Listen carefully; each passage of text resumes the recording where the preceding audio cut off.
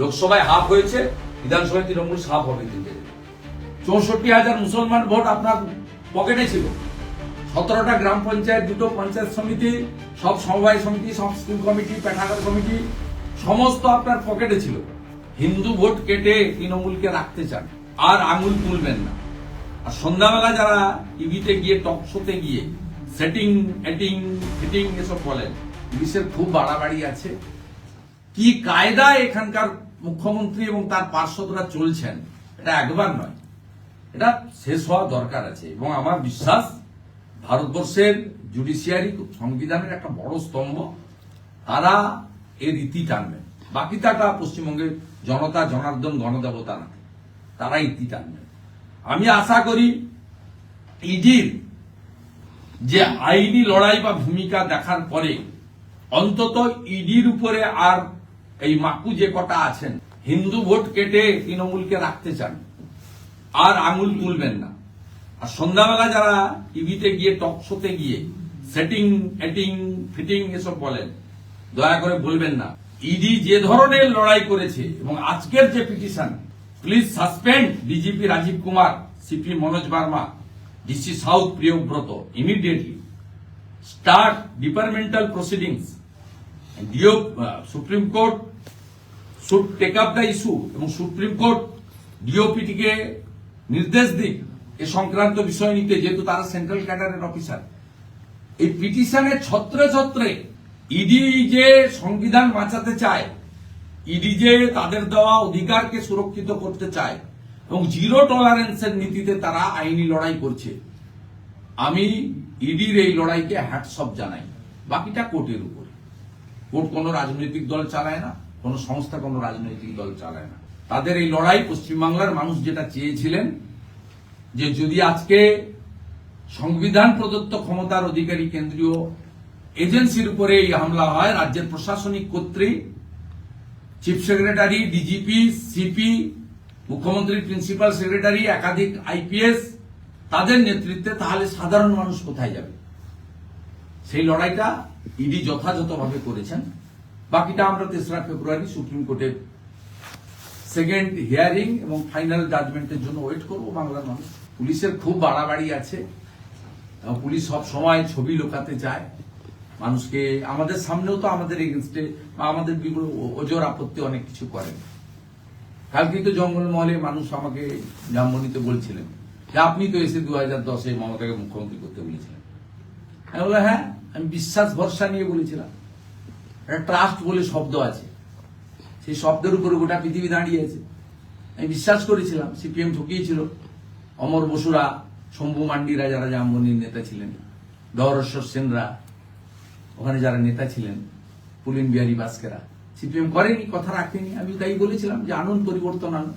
সেদিন মমতা ব্যানার্জিকে দেখেছিলাম, সঙ্গে ছিলাম। 15 বছর দেখা হয়ে গেছে।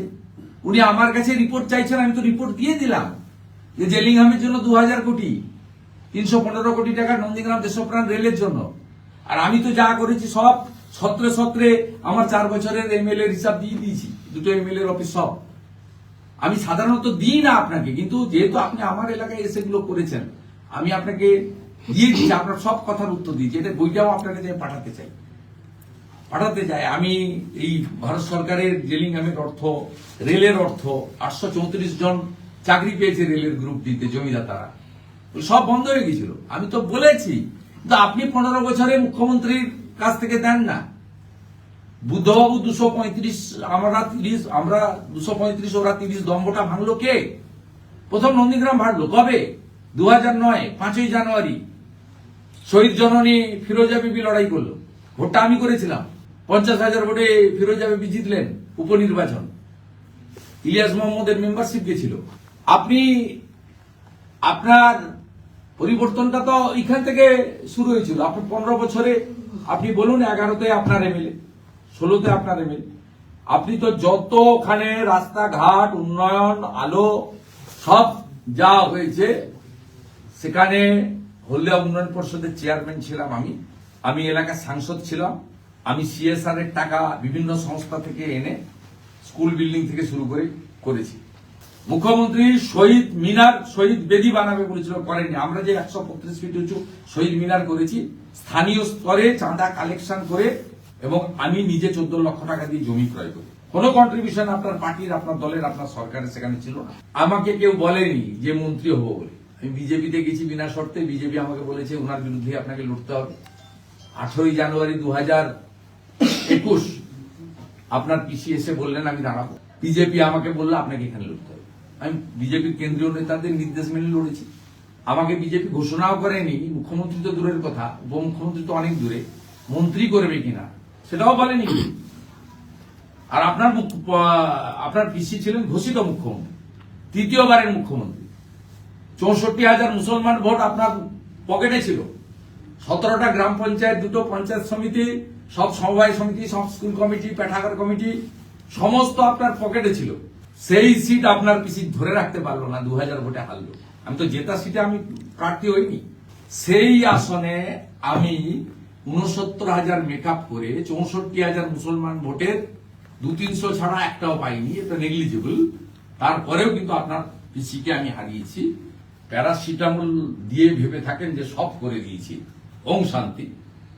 তাহলে মুখ্যমন্ত্রী মমতা ব্যানার্জিকে, আপনার পিসিকে বলুন আইপ্যাক কে সঙ্গে নিয়ে সুফিয়ানকে, সাউদ্দিনকে দুপাশে রেখে আরেকবার ভোট করতে বিজেপি প্রস্তুত আছে। একটা রাজনৈতিক নেতা, রাজনৈতিক কর্মী, আমি বক্তব্য রাখতে গেছি, প্রভাব খাটিয়ে, উনি প্রাক্তন পুলিশ অফিসার, এখনো কোনো একটা দপ্তরে আছেন, প্রভাব খাটিয়ে করেছেন। মনিরুল বলে একজন এসআই কে দিয়ে আমাকে নোটিশ পাঠিয়ে দিয়েছেন, আমাকে চাঁচলে যেতে হবে কলকাতা থেকে 400-450 কিলোমিটার দূরে। কারণটা কি, অভিযোগটা কি? আমি তো ল অ্যাবাইড পিপুল, আমি হাইকোর্টে গেছি, হাইকোর্ট বলেছে ওনাকে যেতে হবে না, আপনাদের জিজ্ঞেস করলে ভিডিও কল করে নেবেন, আমার মোবাইল ফোন আছে, পাঠিয়ে দেবো। মনিরুল ভাইকে পাঠিয়ে দেবো। এসআইকে আমি চিনি, মুর্শিদাবাদে মালদাতে অবজারভার ছিলাম, ওই এসআইকে চিনি, ওর কোনো দোষ নেই, কর্তার ইচ্ছাই করেছে। ও মনিরুল চাইলে মোবাইল ফোন দিয়ে দেবো, মোবাইলে ভিডিও কল করবেন, কেমন আছে জানতে চাইবেন, বলবো ভালো আছে, কি করছেন জানতে চাইবো, মমতা ব্যানার্জি হারানোর কাছে। যদি বলেন এই বলেছেন, হ্যাঁ বলেছি, যা বলেছি রেকর্ড আছে। আবার বলছি, ওদের সম্পর্কে যা বলেছি আবার সভাতে আবার বলবো। চাঁচলে বলেছি, এরপর হরিশ্চন্দ্রপুরে বলবো, রতুয়ায় বলবো, মালতীপুরে বলবো, গাজলে বলবো, ওল্ড মালদাতে বলবো, মানিকচকে বলবো। তো হাতের তালু আমার। মালদা, মুর্শিদাবাদ, উত্তর দিনাজপুরে তৃণমূল কোথায় ছিল? তৃণমূলটা করতো ইটাহারে অমল আচার্য, আর ডালখোলাতে সুভাষ গোস্বামী। তৃণমূল বলে কিছু বস্তু ছিল না। আমার হাত ধরে জন্ম হয়েছে তৃণমূল। 3টে জেলা সাফ হবে এবারে। লোকসভায় হাফ হয়েছে, বিধানসভায় তৃণমূল সাফ হবে 3টে জেলা। বাংলা হান্টের আরো খবর দেখতে নজর রাখুন। বাংলা খবর মানেই বাংলা হান্ট।